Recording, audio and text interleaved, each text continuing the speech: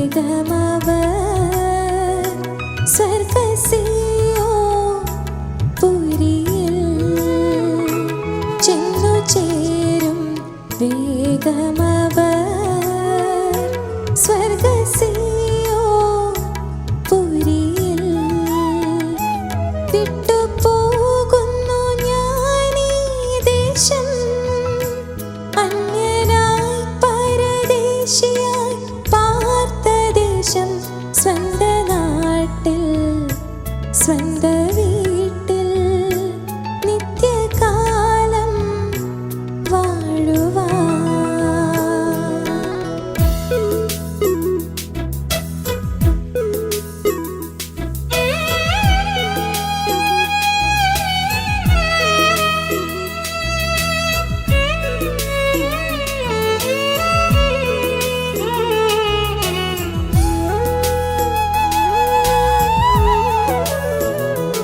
എന്റെ ദേശം സന്തോഷദേശം.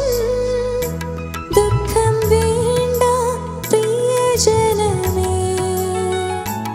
എന്റെ ദേശം സന്തോഷദേശം. ദുഃഖം വേണ്ട പ്രിയജനമേ. വീണ്ടും കാണും വേഗം നമ്മൾ കർത്തൻ വാനിൽ എത്തുമ്പോൾ. വീണ്ടും കാണും വേഗം നമ്മൾ കർത്തൻ വാനിൽ എത്തുമ്പോൾ. വിട്ടുപോകുന്നു ഞാനീ ദേശം. അന്യനായി പരദേശിയായി പാർത്ത ദേശം. സ്വന്ത നാട്ടിൽ സ്വന്ത വീട്ടിൽ നിത്യകാലം വാഴുവാൻ. സ്വന്ത നാട്ടിൽ സ്വന്ത വീട്ടിൽ നിത്യകാലം വാഴുവാൻ. ദൈവ തിരുനാമത്തിന് മഹത്വം ഉണ്ടാകട്ടെ.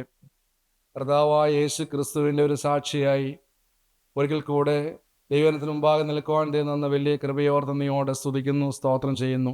ഞാൻ എൻ്റെ ചെറുപ്പകാലം പറയുവാണെങ്കിൽ കർഷകരായ മാതാപിതാക്കളുടെ 2 മക്കളിൽ മൂത്ത മകനായി ജനിച്ചു. ചെറുപ്പകാലം മുതൽ തന്നെ കർത്താവായ യേശു ക്രിസ്തുവിനെ അറിയുവാനും സുവിശേഷ വചനങ്ങൾ കേൾക്കുവാനുള്ള എല്ലാ അവസരങ്ങളും എനിക്ക് ലഭിച്ചിരുന്നു. എൻ്റെ വീട്ടിലാണെങ്കിൽ പ്രഭാത പ്രാർത്ഥനയും സന്ധ്യാപ്രാർത്ഥനയും എല്ലാം ഉണ്ടായിരുന്നു. ആ ദേശത്ത് തന്നെ ഒരു സമാധാനമുള്ള ഒരു പ്രാർത്ഥനയുള്ളൊരു ദേശമായിരുന്നു. എല്ലാ വീടുകളിലും എന്നോണം പ്രാർത്ഥനയും എല്ലാമുള്ള ഒരു ജീവിതമായിരുന്നു എൻ്റെ ചെറുപ്പകാലത്ത്. ദൈവത്തിന് സ്തോത്രം. ഞാൻ എൻ്റെ സാക്ഷ്യത്തോടനുബന്ധിച്ച് ഒരു വാക്യം വായിക്കുകയാണ്. സങ്കീർത്തനം 147 3 വാക്യം. മനം തകർന്നവരെ അവൻ സൗഖ്യമാക്കുകയും അവരുടെ മുറിവുകൾ കെട്ടുകയും ചെയ്യുന്നു. പ്രിയപ്പെട്ടവരെ, മനം തകർന്നു പോയവരെ സൗഖ്യമാക്കുകയും നമ്മുടെ ജീവിതത്തിൽ വന്ന മുറിവുകളെ കെട്ടുകയും ചെയ്യുന്ന ദൈവത്തെ അനുഭവിച്ചുകൊണ്ടാണ് ഞാൻ ഇന്നിവിടെ നിൽക്കുന്നത്. ദൈവത്തിന് സ്തോത്രം. ചെറുപ്പകാലത്ത് കൂട്ടായ്മ ജീവിതവും പ്രാർത്ഥന ജീവിതവും എല്ലാം ഉണ്ടായിരുന്നു എൻ്റെ വീട്ടിൽ. അതുകൊണ്ട് എനിക്ക് വലിയ പാപത്തിലേക്ക് ഇറങ്ങിപ്പോകാനൊന്നും സാധിച്ചില്ല.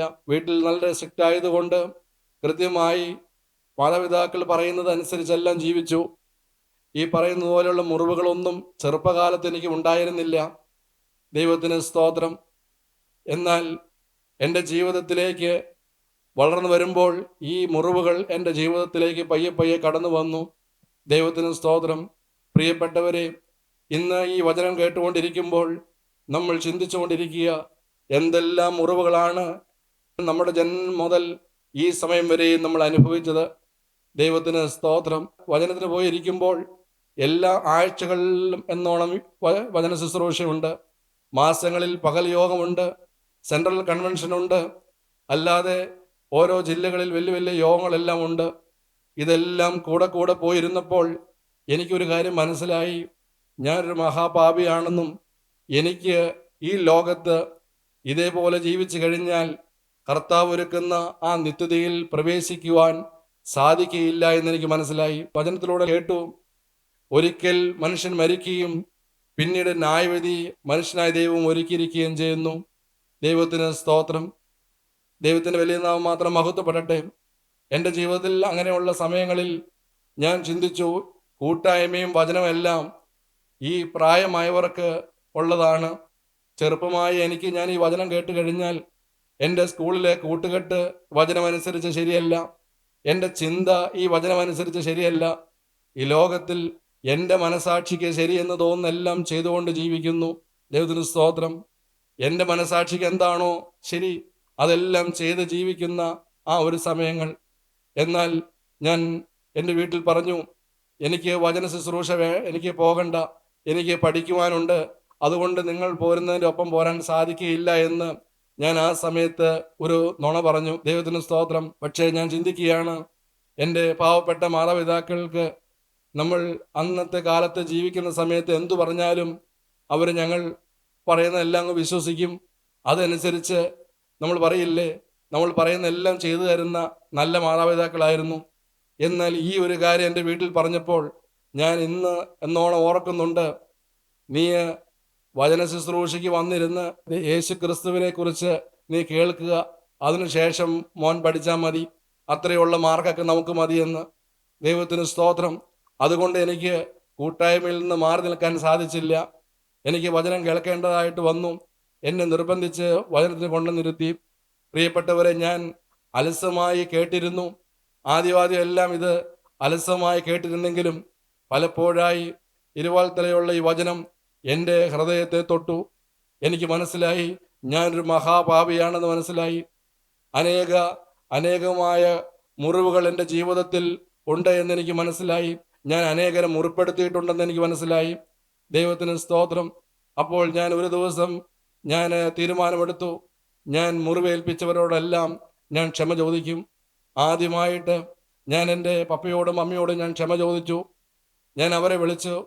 ഒരു സന്ധ്യാപ്രാർത്ഥന കഴിഞ്ഞ ശേഷം ഞാൻ എൻ്റെ പപ്പയോട് ഞാൻ ക്ഷമ ചോദിച്ചു, മമ്മിയോട് ഞാൻ ക്ഷമ ചോദിച്ചു. കാരണം ഇത്ര സ്നേഹത്തോടെയും എൻ്റെ ഉന്നമനം മാത്രം ചിന്തിക്കുകയും ചെയ്ത ആ മാതാപിതാക്കളോട് ഞാൻ വളരെ ഒരു അനുസരണമില്ലാതെ പെരുമാറി, തർക്കുത്തരം പറഞ്ഞു. അവരുടെ ഹൃദയം വേദനിക്കുന്ന രീതിയിലെല്ലാം ഞാൻ നടന്നു. അത് തെറ്റാണെന്ന് വചനം കേട്ടപ്പോൾ മനസ്സിലായി. അപ്പോൾ ഞാൻ അവരെ വിളിച്ച് ഞാൻ ക്ഷമ ചോദിച്ചു. ദൈവത്തിന് സ്തോത്രം. പിന്നീട് ഞാൻ പപ്പയോട് പറഞ്ഞു, പപ്പയോട് ഞങ്ങൾക്ക് പലർക്ക് കടയുണ്ടായിരുന്നു, ആ കടയിൽ നിന്ന് പൈസ മോഷ്ടിക്കുമായിരുന്നു. ഇതെല്ലാം ഞാൻ ഏറ്റുപറഞ്ഞു. ഞാനിതെല്ലാം ഏറ്റുപറഞ്ഞതിന് ശേഷം പിന്നെയും ഈ വചനം കേട്ടുകൊണ്ടിരുന്നപ്പോൾ എൻ്റെ മനസ്സിലേക്ക് പരിശുദ്ധാത്മാവ് എൻ്റെ പാപത്തെ ഓർമ്മിപ്പിച്ചു. അനേകമായ പാപങ്ങൾ ഒരു സമയത്ത് ഞാൻ ചിന്തിച്ചിട്ടുണ്ട്. സാക്ഷ്യം പറയുമ്പോൾ പലരും പറയുന്നത് കേട്ടിട്ടുണ്ട്, എൻ്റെ ചെറുപ്പകാലം മുതലുള്ള പാപങ്ങൾ എനിക്ക് ഓർമ്മ വന്നു എന്ന്. ഞാൻ ചിന്തിക്കാറുണ്ട്, എങ്ങനെയാണ് ഇതൊക്കെ ഓർക്കുന്നത്? ഒരു മനുഷ്യൻ ജനിച്ചു കഴിഞ്ഞാൽ എന്തെല്ലാമാണ് ചെയ്തു കൂട്ടുന്നത്, ഇതെല്ലാം എങ്ങനെയാണ് ഓർക്കുന്നതെന്നെല്ലാം ഞാൻ ഒരിക്കൽ ചിന്തിച്ചിട്ടുണ്ട്. എന്നാൽ പ്രിയപ്പെട്ടവരെ, ഈ വചനത്തിൻ്റെ മുന്നിൽ വന്നിരിക്കുമ്പോൾ പരിശുദ്ധാത്മാവ് തൊട്ട് കഴിയുമ്പോൾ നമുക്ക് പരിശുദ്ധാത്മാവ് ഓർമ്മ നൽകും. ഏതെല്ലാം പാപങ്ങളാണ് ക്ഷമിച്ചു കിട്ടാനുള്ളത്, ഏതെല്ലാം പാപങ്ങളാണ് മാറ്റി കിട്ടാനുള്ളത്, കർത്താവായ യേശു ക്രിസ്തു രക്തത്താൽ മറയ്ക്കപ്പെടാത്ത ഏത് പാപങ്ങളാണുള്ളതെന്നെല്ലാം പരിശുദ്ധാത്മാവ് ഓർമ്മപ്പെടുത്തി തരും. അങ്ങനെ എൻ്റെ മനസ്സിൽ ഓർമ്മ വന്നു. ഞാൻ പഠിച്ച സ്കൂളിൽ നിന്ന് ഒരു നോട്ട്ബുക്കും ഒരു പേനയും മോഷ്ടിച്ചു. ഞാൻ പഠിച്ച സ്കൂളിൻ്റെ അടുത്തുള്ള ബേക്കറികളിൽ നിന്ന് വൈകിട്ട് അവിടെ പോയി ഭക്ഷണം കഴിക്കും. എന്നിട്ട് തിരക്കുള്ള സമയമാണെങ്കിൽ ചിലപ്പോഴെല്ലാം പൈസ കൊടുക്കാതെ ഇറങ്ങിപ്പോരും. ഞാൻ കൂട്ടി നോക്കി ഏതെല്ലാം ബേക്കറികളിൽ നിന്ന് ഞാൻ അങ്ങനെ ചെയ്തിട്ടുണ്ട്. ഇതെല്ലാം ഇരുന്ന് ചിന്തിച്ച് അന്ന് വാങ്ങിച്ചതിനേക്കാൾ, അന്ന് അവരെ പണം കൊടുക്കാതെ പോകുന്നതിനേക്കാൾ പണം അവിടെ കൊടുത്ത് നിരപ്പാകാനായിട്ട് സാധിച്ചു. ദൈവത്തിന് സ്തോത്രം. അങ്ങനെ ഒരു മാനസാന്തര ജീവിതം എൻ്റെ ജീവിതത്തിൽ എനിക്ക് കിട്ടി. ഈ മരുഭൂ യാത്രയിൽ ഞാൻ ഒരിക്കലും പ്രതീക്ഷിച്ചതല്ല. യേശു ക്രിസ്തുവിൻ്റെ ഒരു സ്നേഹത്തിലൂടെയുള്ളൊരു ജീവിതമുണ്ടെന്ന് ഒരിക്കലും ഞാൻ ചിന്തിച്ചതല്ല. എന്നാൽ ആ സ്നേഹം എന്നെ കടന്നു പിടിച്ചു. അങ്ങനെ മുന്നോട്ട് പോകുമ്പോഴാണ് എനിക്ക് പഠനം കഴിഞ്ഞു, എനിക്ക് ജോലി ലഭിച്ചു. പ്രിയപ്പെട്ടവരെ, ഞാൻ ജോലി ലഭിക്കുന്നതിന് മുമ്പ് ഞാൻ മറ്റുള്ളവരെ മുറിവേൽപ്പിച്ചിട്ടുണ്ട്. ദൈവത്തിന് സ്തോത്രം. മറ്റുള്ളവരുടെ മനം തകർത്തിട്ടുണ്ട്. പക്ഷെ എനിക്കങ്ങനെ മുറിവേറ്റിരുന്നില്ല. ഞാൻ പറഞ്ഞല്ലോ, എൻ്റെ കുടുംബത്തിൽ ഒരു സമാധാനം ഉണ്ടായിരുന്നു. സാധാരണ കുടുംബങ്ങൾ പെട്ടുപോകുന്ന വലിയ കടത്തിലൊന്നും വന്നില്ല, കടഭാരങ്ങൾ വന്നില്ല. അതുകൊണ്ട് അതിൻ്റെതായ ക്ലേശങ്ങൾ ഉണ്ടായിരുന്നില്ല. ഏതെങ്കിലും ഒരു മാറാരോഗം ഞങ്ങളിൽ ആർക്കും ഉണ്ടായിരുന്നില്ല. മാത്രമല്ല, എനിക്ക് ഞങ്ങളുടെ കുടുംബത്തിൽ മാത്രമല്ല, എൻ്റെ പപ്പയുടെ ബന്ധത്തിൽപ്പെട്ട കൊച്ചപ്പൻ്റെ വീട്ടിലോ വല്യപ്പന്മാരുടെ വീട്ടിലോ അല്ലെങ്കിൽ അമ്മ വീട്ടിലോ ഒന്നും ഇങ്ങനെയുള്ള ഒരു പ്രശ്നങ്ങളില്ലാത്തത് കൊണ്ട് എന്താണ് മുറിവേറ്റ ഒരു അനുഭവം എന്ന് എനിക്ക് ശരിക്കും അറിയില്ലായിരുന്നു. മുറിവേറ്റ ഒരു കുടുംബത്തിന്റെ അവസ്ഥ എങ്ങനെയാണ്, മുറിവേറ്റ് ജീവിക്കുന്ന ഒരു കുടുംബത്തിന്റെ അവസ്ഥ എന്താണെന്ന് എനിക്കറിയില്ലായിരുന്നു. എന്നാൽ എനിക്ക് ജോലി ലഭിച്ചു. നല്ലൊരു മൾട്ടിനാഷണൽ കമ്പനിയിൽ എനിക്ക് ജോലി ലഭിച്ചു. ഞാൻ ജോലി ലഭിച്ചു കഴിഞ്ഞ് അതിനുശേഷമാണ് ഞാൻ എൻ്റെ ബലഹീനത മനസ്സിലായത്. ദൈവത്തിന് സ്തോത്രം. പഠിക്കുന്ന സമയത്ത് നന്നായി ഒന്നും പഠിക്കാൻ സാധിച്ചില്ല. പക്ഷെ എൻ്റെ പാവം പിതാവ് എന്നോടൊന്നും പറഞ്ഞിരുന്നില്ല. ജോലി ലഭിച്ചതിന് ശേഷം അനേക മീറ്റിങ്ങുകൾ, കമ്പനി മീറ്റിങ്ങുകളെല്ലാം കൂടും. അപ്പോഴെല്ലാം എനിക്ക് സെയിൽസിലായിരുന്നു ജോലി. നമുക്ക് സെയിൽസിന് ടാർഗറ്റ് ഉണ്ട്, അതിൻ്റെ അച്ചീവ്മെൻ്റ് ഉണ്ട്. അല്ലെങ്കിൽ അതിന് എന്തെങ്കിലും ടാർഗറ്റ് അച്ചീവ് ആയില്ലെങ്കിൽ അതിന് കൃത്യമായിട്ടുള്ള കാരണം മീറ്റിങ്ങിൽ പറയണം. ഈ സമയത്തെല്ലാം എനിക്ക് ഒന്നും പറയാൻ സാധിച്ചിരുന്നില്ല. അപ്പോഴെല്ലാം ഞാൻ ഓർക്കുന്നുണ്ട്, എൻ്റെ സീനിയേഴ്സ്, എൻ്റെ മാനേജേഴ്സ് എല്ലാം പറഞ്ഞിട്ടുണ്ട്, തനിക്ക് ഈ പണി നിർത്തി പോവുക നല്ലത്. ഞാൻ അന്ന് ചെന്നൈയിലാണ് വർക്ക് ചെയ്യുന്നത്. അടുത്ത ട്രെയിൻ കയറി താൻ നാട്ടിൽ പോവുകയാണ് നല്ലത്. താൻ ഇവിടെ ഉള്ളതുകൊണ്ട് ഒരു പ്രയോജനമില്ല. അത് കുറേ പേരെല്ലാം കേൾക്കുകയാണ് പറയുന്നത്. ഞാൻ ആ സമയത്ത് എൻ്റെ ഹൃദയം മുറിവേറ്റു. ദൈവത്തിന് സ്തോത്രം. ഞാൻ അന്ന് ചിന്തിച്ചത്, ഇവരെന്താണ് ഇത്ര ക്രൂരന്മാരായി പോയതെന്നാണ്. എന്തുകൊണ്ടാണ് ഈ മാനേജർ എല്ലാം ഇത്ര ക്രൂരതയോടെ പെരുമാറുന്നത്? പ്രിയപ്പെട്ടവരെ, എന്നാൽ ഈ വചനത്തിന് മുമ്പിൽ വന്നിരുന്നപ്പോൾ സത്യം മനസ്സിലായി. അവരുടെ കുഴപ്പമല്ലാതെ, അവരുടെ പ്രയാസമല്ല. വചനത്തിലൊരു വാക്കുണ്ട്, ഹോശേയ പ്രവാചകന്റെ പുസ്തകം 4-ാം അധ്യായത്തിന്റെ 6-ാം വാക്യത്തിൽ പറയുന്നു, പരിജ്ഞാനമില്ലാത്തത് കൊണ്ട് എൻ്റെ ജനം നശിച്ചു പോകുന്നു. പഠിക്കുന്ന സമയത്ത് ഞാൻ ഒരിക്കലും ചിന്തിച്ചില്ല ഈ ബാല്യകാലം കടന്നു പോകുമെന്ന്. ഈ ബാല്യകാലം കടന്നുപോയി ജീവിതം എന്ന് പറയുന്ന ഒരു യാഥാർത്ഥ്യത്തെ ഫേസ് ചെയ്യണമെന്ന് ഞാൻ പരിജ്ഞാനമില്ലാതെ ജീവിച്ചു. ഒന്നും പഠിച്ചല്ല ജോലി ലഭിച്ചത്. അത് മാനേജർമാരുടെ തെറ്റല്ല. കാരണം അവർക്ക് അതിലും വലിയൊരു മീറ്റിങ്ങുകളെല്ലാം വരും, അവിടെയെല്ലാം മറുപടി പറയണം. അപ്പോൾ ഇതുപോലെയുള്ള ഒരാളെ കൊണ്ടു നടക്കുക എന്ന് പറയുന്നത് പ്രയാസമാണ്. ഒട്ടനവധി സ്ഥലത്ത് എനിക്ക് അങ്ങനെ മുറിവുകളേറ്റു. ഞാൻ മനസ്സിലാക്കി, എൻ്റെ ജീവിതത്തിൽ നല്ല കാലങ്ങളെ ഞാൻ പാഴാക്കി കളഞ്ഞല്ലോ എന്ന്.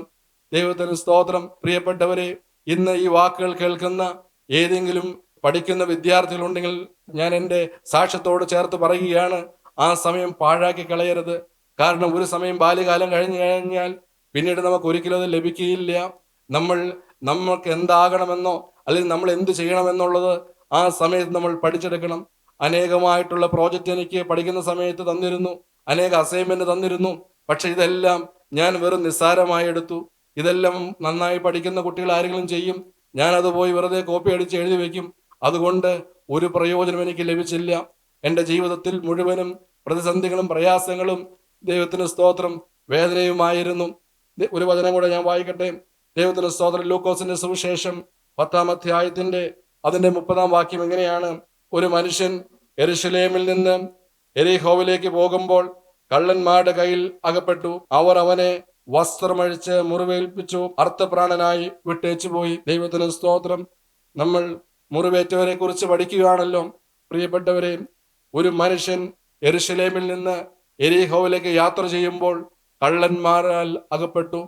ദൈവത്തിന് സ്തോത്രം. ആ കള്ളന്മാർ എന്ത് ചെയ്തു? അവന്റെ വസ്ത്രമഴിച്ച് അവനെ മുറിവേൽപ്പിച്ചു. ദൈവത്തിന് സ്തോത്രം. ആ യാത്രയിൽ യെരൂശലേമിൽ നിന്ന് എരിഹോവിലേക്ക് യാത്ര ചെയ്യുമ്പോൾ ഒന്ന് ശ്രദ്ധിക്കേണ്ടതായിരുന്നു. നമുക്ക് ചിന്തിക്കാം, ഈ യെരൂശലേം തൊട്ട് എരിഹോ വരെയുള്ള യാത്ര, നമ്മളുടെ ജീവിതം ഒന്ന് ബന്ധപ്പെടുത്തി നമുക്ക് ചിന്തിക്കാം. നമ്മുടെ ജനനം മുതൽ മരണം വരെയുള്ളൊരു ജീവിതം. ഈ ജീവിതം നിസ്സാരമായി നമ്മൾ കാണരുത്. വെറുതെ ഒരു കൂസലില്ലാതെ യാത്ര ചെയ്യരുത്. ആ യാത്രയിൽ പരിജ്ഞാനത്തോടെ യാത്ര ചെയ്യേണ്ടതായിരുന്നു. പരിജ്ഞാനമില്ലാകിയാൽ എൻ്റെ ജനം നശിച്ചു പോകുന്നു എന്ന് ഹോശേയ പ്രവാചകന്റെ പുസ്തകം 4-ാം അധ്യായത്തിന്റെ 6-ാം വാക്യത്തിൽ പറയുന്നു. ഈ യാത്രയിൽ പരിജ്ഞാനത്തോടുകൂടി യാത്ര ചെയ്യേണ്ടതായിരുന്നു. ദൈവത്തിന് സ്തോത്രം. അവിടെ കള്ളന്മാർ ഉണ്ടാകുമെന്ന് മനസ്സിലാക്കി യാത്ര ചെയ്യേണ്ടതായിരുന്നു. എന്താണ് അവർ ചെയ്തത്? ആ കള്ളന്മാർ വന്ന് ചെയ്തത് എന്താണ്? അവന്റെ രക്ഷാവസ്ത്രം അഴിച്ചു മാറ്റി. ദൈവത്തിന് സ്തോത്രം. ഈ ഭൂമിയിൽ നമ്മൾ ആയിരിക്കുമ്പോൾ നമുക്ക് കർത്താവായ യേശുക്രിസ്തുവിന്റെ തിരുരക്തത്താൽ നമ്മുടെ പാപങ്ങൾ കഴുകി ലഭിക്കുമ്പോൾ നമുക്ക് ലഭിക്കുന്നത് രക്ഷാവസ്ത്രമാണ്. നമുക്കത് വായിച്ചു കേൾക്കാം. യെശയ്യാ പ്രവാചകന്റെ പുസ്തകം 61 അധ്യായത്തിന്റെ 10 വാക്യം ഇങ്ങനെ വായിക്കുന്നു. ദൈവത്തിന് സ്തോത്രം. മണവാളൻ തലപ്പാവ് അണിയുന്നത് പോലെയും മണവാട്ടി ആഭരണങ്ങളാൽ തന്നെത്താൻ അലങ്കരിക്കുന്നത് പോലെയും അവൻ എന്നെ രക്ഷാവസ്ത്രം ധരിപ്പിച്ചു, നീതി എന്ന അങ്കി ഇടുവിച്ചിരിക്കുന്നു. പ്രിയപ്പെട്ടവരെ, നമുക്ക് ഈ ഭൂമിയിൽ രക്ഷാവസ്ത്രം നമ്മുടെ ജന്മന നമുക്ക് ലഭിക്കുന്നതല്ല. ദൈവത്തിന് വലിയ നാമമാത്രം മഹത്വപ്പെടട്ടെ. അതേ അധ്യായത്തിൽ തന്നെ പറയുന്നു, യെശയ്യാ പ്രവാചകന്റെ പുസ്തകം 61 അധ്യായത്തിന്റെ 3 വാക്യത്തിൽ ഇങ്ങനെ പറയുന്നു: സിയോനിലെ ദുഃഖിതന്മാർക്ക് വെണ്ണീറിന് പകരം അലങ്കാരമാലയും ദുഃഖത്തിന് പകരം ആനന്ദതൈലവും വിഷണ്ണ മനസ്സിന് പകരം സ്തുതി എന്ന മേലാടയും കൊടുപ്പാൻ അവൻ എന്നെ അയച്ചിരിക്കുന്നു. സ്തുതി എന്ന മേലാട, രക്ഷാവസ്ത്രമെല്ലാം നമുക്ക് ഈ ഭൂമിയിൽ ജന്മന ലഭിച്ചതല്ല. യേശു ക്രിസ്തുവിനെ നമ്മൾ കണ്ടെത്തിയ ആ സമയത്ത് നമ്മുടെ പാപങ്ങൾ യേശു ക്രിസ്തുവിന്റെ സന്നിധിയിൽ നമ്മൾ ഏറ്റുപറഞ്ഞ് നമ്മുടെ സകല പാപങ്ങളും യേശു ക്രിസ്തു രക്തത്താൽ കഴുകൽ പ്രാപിച്ചു കഴിഞ്ഞപ്പോൾ നമുക്ക് ലഭിച്ചതാണ് ഈ രക്ഷാവസ്ത്രം. നമുക്ക് ലഭിച്ചതാണ് ഈ സ്തുതി എന്ന മേലാട. ദൈവത്തിന് സ്തോത്രം. ദൈവത്തിന്റെ വലിയ നാമം മാത്രം മഹത്വപ്പെടട്ടെ. പ്രിയപ്പെട്ടവരെ, നമ്മൾ ചിന്തിച്ചു നോക്കുക. ഒരിക്കൽ നമ്മൾ വചനം കേട്ടു, രക്ഷിക്കപ്പെട്ടു. എന്നാൽ ഈ രക്ഷാവസ്ത്രം കള്ളന്മാർ മോഷ്ടിച്ചോ? ദൈവത്തിന് സ്തോത്രം. ഈ രക്ഷാവസ്ത്രത്തിൽ കറ പറ്റിയിട്ടുണ്ടോ? എന്തിനാണ് നമുക്ക് ഈ രക്ഷാവസ്ത്രം തരുന്നത്? നിത്യമായ നരകത്തിയിലേക്ക് പോയിക്കൊണ്ടിരുന്ന നമ്മളെ രക്ഷിക്കുവാൻ ദൈവത്തിന് മനസ്സലിവ് തോന്നി. അതുകൊണ്ട് നമുക്ക് ഏദൻ തോട്ടത്തിൽ വെച്ച് അവൻ പാപം ചെയ്ത് ആദം നഗ്നത മറയ്ക്കുവാൻ അത്തിയില കൂട്ടി തുന്നി. ദൈവത്തിന് സ്തോത്രം. ആ അത്തിയില കൊണ്ട് മറയ്ക്കപ്പെടുന്നതാണോ പാപത്തിന്റെ നഗ്നത? ഒരിക്കലുമല്ല. ഈ പാപത്തിന്റെ നഗ്നത നമ്മൾ വിചാരിച്ചാൽ നമുക്കത് മറയ്ക്കാൻ സാധിക്കുകയില്ല. അതുകൊണ്ട് സ്വർഗം നമുക്ക് സൗജന്യമായി തന്നതാണ് ഈ രക്ഷാവസ്ത്രം. നമുക്ക് സ്തുതി തന്നത് നമ്മുടെ നാവിൽ എന്തെല്ലാമാണ് ഒരു സമയത്ത് വന്നുകൊണ്ടിരുന്നത്. എന്നാൽ നമ്മുടെ കർത്താവിനെ സ്തുതിക്കുവാൻ സ്തുതി എന്ന മേലാട നമുക്ക് തന്നു. എന്നാൽ ചിന്തിക്കുക, ഈ രക്ഷാവസ്ത്രത്തിന് കേടുപറ്റിയിട്ടുണ്ടോ? ഈ രക്ഷാവസ്ത്രം നമുക്ക് കള്ളന്മാരാൽ ആക്രമിക്കപ്പെട്ടിട്ടുണ്ടോ? അവിടെ കൃത്യമായി പറയുന്നുണ്ട്, അവനെ വസ്ത്രമഴിച്ചാണ് മുറിവേൽപ്പിച്ചത്. പ്രിയപ്പെട്ടവരെ, എന്തുകൊണ്ടാണ് രക്ഷാവസ്ത്രത്തിന് കുറവ് വന്നത്? എഫേസ്യ ലേഖനത്തിൽ പറയുന്നു, നമുക്ക് രക്ഷാവസ്ത്രം ലഭിച്ചു കഴിഞ്ഞാൽ നമ്മൾ സൂക്ഷിച്ച് ജീവിക്കണം. ഒരിക്കൽ മാനസാന്തരപ്പെട്ട് കഴിഞ്ഞാൽ ഈ ഭൂമിയിലുള്ള ജീവിതം നമ്മൾ അല്പം ശ്രദ്ധിച്ച് ജീവിക്കണം. മറ്റുള്ളവരെ പോലെ നമ്മൾ ഈ ഭൂമിയിൽ ഇറങ്ങി ജീവിക്കാൻ സാധിക്കുകയില്ല. നമുക്ക് കിട്ടിയതിന്റെ വില മനസ്സിലായി നമ്മൾ ജീവിക്കണം. അതുകൊണ്ടാണ് എഫേസ്യ ലേഖനം 6 അധ്യായത്തിന്റെ 13 വാക്യം മുതൽ ഇങ്ങനെ വായിക്കുന്നു. ദൈവത്തിന് സ്തോത്രം. അതുകൊണ്ട് നിങ്ങൾ ദുർദിവസത്തിൽ എതിർപ്പാനും സകലവും സമാപിച്ചിട്ട് ഉറച്ചു നിൽപ്പാനും കഴിയേണ്ടതിന് ദൈവത്തിന്റെ സർവായുധവർഗം എടുത്തുകൊള്ളുവിൻ. പ്രിയപ്പെട്ടവരെ, നമുക്ക് യാത്രയിൽ നമ്മളുടെ കയ്യിൽ സർവായുധവർഗം നമ്മൾ എടുക്കണം. ഈ നമുക്ക് പോരാട്ടമുള്ളത് ജഡരക്തങ്ങളോടല്ല, ഈ ഭൂമിയിലുള്ള മനുഷ്യരോടല്ല. നമുക്ക് നിത്യജീവൻ നമുക്ക് അവകാശമാക്കി തന്ന ദൈവം നമുക്ക് തന്നു കഴിഞ്ഞപ്പോൾ ഈ ഭൂമിയിലുള്ള ഈ ദുഷ്ടസേനയോടാണ് നമ്മളുടെ പോരാട്ടം. അതുകൊണ്ട് നമ്മൾ സർവായുധവർഗം നമ്മൾ എടുക്കണം. നിങ്ങളുടെ അരയ്ക്ക് സത്യം കെട്ടിയും നീതി എന്ന കവചം ധരിച്ചും സമാധാന സുവിശേഷത്തിനുള്ള ഒരുക്കം കാലിന് ചെരുപ്പമാക്കിയിരിക്കണം. എല്ലാറ്റിനും മീതെ ദുഷ്ടന്റെ തീയമ്പുകളെ ഒക്കെയും കെടുക്കുവാൻ തക്കതായ വിശ്വാസം എന്ന പരിചയം എടുത്തുകൊണ്ട് നിൽപ്പിൻ. രക്ഷ എന്ന ശിരസ്ത്രവും ദൈവവചനമെന്ന ആത്മാവിന്റെ വാളും കൈക്കൊള്ളുവിൻ. പ്രിയപ്പെട്ടവരെ, നമ്മൾ എത്ര ശ്രദ്ധയോടെ ഈ ഭൂമിയിൽ നമ്മൾ ജീവിക്കണം. ഈ ഭൂമിയിൽ ഒരിക്കൽ നമുക്ക് രക്ഷ ലഭിച്ചു, ശരിയാണ്. എന്നാൽ നമ്മളുടെ മരണം വരെയും ഈ രക്ഷാവസ്ത്രം നമ്മൾ ഉണ്ടായിരിക്കണം. പ്രിയപ്പെട്ടവരെ, നമ്മളൊന്ന് ചിന്തിച്ചു നോക്കിക്കുകയും, എന്തിനാണ് നമുക്ക് ഈ രക്ഷാവസ്ത്രം? നമ്മൾ ഒരിക്കൽ മനുഷ്യൻ മരിക്കുകയും പിന്നീട് ന്യായവിധി മനുഷ്യൻ നിയമിക്കുകയും ചെയ്തിരിക്കുന്നു. ഒരിക്കൽ നമ്മൾ ഈ മരണയോർദാൻ കടക്കണം. അന്ന് നമ്മൾ നോക്കുമ്പോൾ അപ്പോൾ മനസ്സിലായിട്ട് കാര്യമില്ല. അയ്യോ, എനിക്ക് തന്ന രക്ഷാവസ്ത്രം ഇന്ന് എൻ്റെ ശരീരത്തിൽ ഇല്ലല്ലോ, അല്ലെങ്കിൽ അത് അഴുക്കായി പോയിരിക്കുന്നല്ലോ എന്ന് മരണയോർദാൻ കടക്കുന്ന സമയത്ത് നമ്മൾ മനസ്സിലാക്കിയിട്ട് എന്ത് കാര്യം?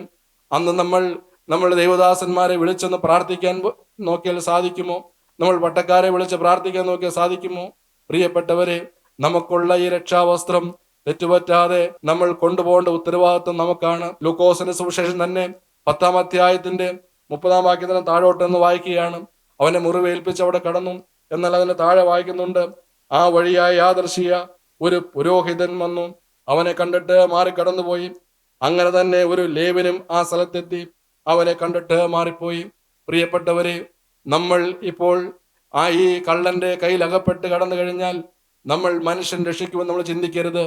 പുരോഹിതൻ വരുന്നുണ്ട്, പുരോഹിതൻ നമ്മൾ രക്ഷിച്ചോളുമെന്ന് അവൻ വൃഥാ ചിന്തിച്ചു. ആ പുരോഹിതൻ എന്നെ രക്ഷിക്കായിരിക്കും, എൻ്റെ പ്രാണൻ പോകുന്നതിന് മുമ്പ് എന്നെ കഷ്ടത രക്ഷിക്കായിരിക്കും എന്ന് ചിന്തിച്ചു. നമ്മൾ ഒരിക്കലും നമ്മളുടെ ഈ പാപക്കുഴിയിൽ നിന്ന് നമ്മൾ രക്ഷിക്കാൻ ഒരു പുരോഹിതനും കഴിയുകയില്ല, ഒരു പാസ്റ്റർമാർക്കും കഴിയുകയില്ല, ഒരു ദേവദാസനും കഴിയുകയില്ല. പ്രിയപ്പെട്ടവരെ, ഒരുപക്ഷെ യെരുശലേമിൽ ദേവാലയമുണ്ട്. ആ ദേവാലയത്തിലേക്ക് ചെല്ലുവാണെങ്കിൽ അവൻ അവിടെ യാഗം കഴിക്കാം, അവന് വേണമെങ്കിൽ ആടിനെ യാഗം കഴിക്കാം, അല്ലെങ്കിൽ കാളയെ യാഗം കഴിക്കാം, അല്ലെങ്കിൽ വഴിപാട് ചെയ്യാം, അതെല്ലാം സാധിക്കും. പക്ഷേ നാം ഇന്ന് ആയിരിക്കുന്ന അവസ്ഥയിൽ നമ്മെ ആര് രക്ഷിക്കും? നമ്മൾ ഈ കിടക്കുന്ന നാശകരമായ കുഴിയിലും കുഴഞ്ഞ ചേറ്റിലേക്കും ആര് കടന്നു വരും? പ്രിയപ്പെട്ടവരെ, പുരോഹിതൻ കടന്നു വന്നില്ല, ലേവ്യനും കടന്നു വന്നില്ല. എന്നാൽ ചിന്തിച്ചു നോക്കൂ, നമ്മൾ ഈ നാശകരമായ കുഴിയിൽ നിന്ന്, കുഴഞ്ഞ ചേറ്റിൽ നിന്ന് നമ്മളെ കരകയറ്റിയ ഒരു ശമരിയക്കാരനുണ്ട്. അതാണ് അതിൻ്റെ 34 വാക്യത്തിൽ പറയുന്നത്. ഒരു ശമരിയക്കാരനോ വഴി പോകയിൽ അവൻ്റെ അടുക്കലെത്തി അവനെ കണ്ടിട്ട് മനസ്സലിഞ്ഞ് അരികെ ചെന്ന് എണ്ണയും വീഞ്ഞും പകർന്ന് അവൻ്റെ മുറിവുകളെ കെട്ടി. പ്രിയപ്പെട്ടവരെ, ഈ നമ്മുടെ കർത്താവായ യേശു ക്രിസ്തു ആ ശമരിയക്കാരൻ്റെ കയ്യിൽ എണ്ണയുണ്ട്, വീഞ്ഞുണ്ട്, പരിശുദ്ധാത്മാവിൻ്റെ എണ്ണ കൊണ്ട് നമ്മുടെ മുറിവുകളെല്ലാം ഈ സമയത്ത് അവൻ കെട്ടിത്തരട്ടെ. ദൈവത്തിൻ്റെ വലിയ നാമം മാത്രം മഹത്വപ്പെടട്ടെ. നമുക്ക് ചെറുപ്പം മുതൽ ഏറ്റ മുറിവുകൾ, ഒരിക്കലും ഉണങ്ങാത്ത മുറിവുകൾ, നമ്മളെ ക്ലേശിപ്പിച്ചിട്ടുള്ള മുറിവുകൾ എല്ലാം ഇന്ന് ഈ സമയത്ത് ഈ വചനം കേട്ടുകൊണ്ടിരിക്കുമ്പോൾ ആ മുറിവുകളെല്ലാം നമ്മളെ സുഖപ്പെടുത്തി നമ്മൾ നല്ല ശമരിയക്കാരൻ നമ്മൾ കെട്ടിത്തരുമെന്നാണ് വചനം പറയുന്നത്.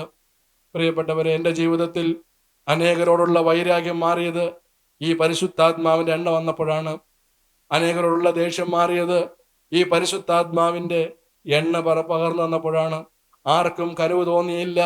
എന്നാൽ നല്ല ശമരിയക്കാരൻ വരികയും എൻ്റെ അടുക്കൽ വന്ന് എൻ്റെ കുറവുകളും മുറിവുകളും പരാജയത്തിൽ വന്നു പോയിട്ടുള്ള മുറിവുകളെല്ലാം പുരട്ടിത്തന്നു. അതെല്ലാം ആ എണ്ണ പുരട്ടി സൗഖ്യമാക്കി. നിങ്ങളൊന്ന് ചിന്തിച്ചു നോക്കൂ പ്രിയപ്പെട്ടവരെ. ഈ സമയത്ത് ദൈവത്തോട് പറയൂ, എന്തെല്ലാം കുറവുകളാണുള്ളത്. ഈ മുറിവ് കൊണ്ട് നിങ്ങൾ ഇനി ജീവിക്കണ്ട, ഇനി ഈ മുറിവിന്റെ ഭാരമായി നിങ്ങൾ മുന്നോട്ട് ജീവിക്കണ്ട. യേശു ക്രിസ്തുവിന്റെ കരങ്ങളിലേക്ക് സമ്പൂർണ്ണമായിട്ട് നമ്മുടെ ജീവിതം വിട്ടുകൊടുക്കുക. യേശുവിന്റെ കരങ്ങളിലേക്ക് മുഴുവനായി വിട്ടുകൊടുക്കുമ്പോൾ ഗോകുൽത്തായിൽ നിന്നൊഴുകിയ ആ തിരുരക്തം കൊണ്ട് നമ്മളെ അവൻ സൗഖ്യമാക്കും. ആ മുറിവ്, ആ രക്തത്തിൽ നിന്ന് നമുക്ക് പരിപൂർണമായിട്ടുള്ള നമ്മുടെ മനക്ലേശങ്ങൾ മാറും, നമ്മുടെ വേദനകൾ മാറും. നമുക്ക് പിന്നെ നമ്മളെ വേദനിപ്പിച്ചവർ വന്ന് നമ്മളോട് ക്ഷമ ചോദിക്കണമെന്നില്ല. പ്രിയപ്പെട്ട സഹോദര, എന്നോട് ക്ഷമിക്കണമെന്ന് പറയണമെന്നില്ല. അവർ ക്ഷമ ചോദിച്ചില്ലെങ്കിലും, അവർ മാപ്പ് പറഞ്ഞില്ലെങ്കിലും ഒന്നും കുഴപ്പമില്ല. ഒരുപക്ഷെ നമ്മുടെ കുടുംബത്തെ തകർക്കാൻ ശ്രമിച്ചവരായിരിക്കാം, നമ്മുടെ കുഞ്ഞുങ്ങളുടെ ഭാവി അത് ഇരുളടഞ്ഞ് നശിപ്പിച്ച് കളഞ്ഞവരായിരിക്കാം. പക്ഷേ എല്ലാവരോടും ക്ഷമിക്കുവാൻ ഈ യേശു ക്രിസ്തു തിരുരക്തത്തിന് നമ്മൾ ഒരു പ്രാവശ്യം തൊട്ട് കഴിയുമ്പോൾ സാധിക്കും. എൻ്റെ ജീവിത അനുഭവമാണത്. ദൈവത്തിൻ്റെ വലിയ നാമം മാത്രം മഹത്വപ്പെടട്ടെ. അതുപോലെ തന്നെ അതിൻ്റെ 35 വാക്യം എങ്ങനെയാണ്? അവനെ തൻ്റെ വാഹനത്തിൽ കയറ്റി വഴിയമ്പലത്തിലേക്ക് കൊണ്ടുപോയി രക്ഷ ചെയ്തു. പിറ്റേന്നാൾ അവൻ പുറപ്പെടുമ്പോൾ 2 വെള്ളിക്കാശെടുത്ത് വഴിയമ്പലക്കാരന് കൊടുത്തു. ഇവനെ രക്ഷ ചെയ്യണം, അധികം ബലം ചെലവിട്ടാൽ ഞാൻ മടങ്ങി വരുമ്പോൾ തന്നുകൊള്ളാം. ദൈവത്തിന് സ്തോത്രം. നമ്മുടെ മുറിവെല്ലാം കെട്ടി സുഖപ്പെടുത്തിയ ഈ നല്ല ശമരിയക്കാരൻ വീണ്ടും വരും. ദൈവത്തിന് സ്തോത്രം. നമ്മൾ അതിനു വേണ്ടി ഒരുങ്ങുക. നമ്മൾ ഈ ഭൂമിയിൽ ജീവിക്കുമ്പോൾ നമ്മുടെ അനേകമായ മുറിവുകൾ കെട്ടി നമുക്കൊരു ഹൃദയത്തിൽ സകല ബുദ്ധിയും കവിയുന്ന സമാധാനം നമുക്ക് ലഭിച്ചു. എല്ലാം ശരിയാണ്. നമ്മളെ ഒരു വഴിയമ്പലത്തിൽ കൊണ്ടുവന്നാക്കി നമ്മളെ രക്ഷ ചെയ്തു. ഏതാണ് ഈ വഴിയമ്പലം? പ്രിയപ്പെട്ടവരെ, നമ്മൾ കൂടി വരിക, ദൈവവചനം കേൾക്കുക, ഇവനെ രക്ഷ ചെയ്യണം. രക്ഷ ചെയ്തു. ആദ്യം നമ്മൾ വായിക്കുന്നുണ്ട്, 34 വാക്യത്തിൽ വായിക്കുന്നുണ്ട്, അവനെ തൻ്റെ വാഹനത്തിൽ കയറ്റി വഴിയമ്പലത്തിലേക്ക് കൊണ്ടുപോയി രക്ഷ ചെയ്തു.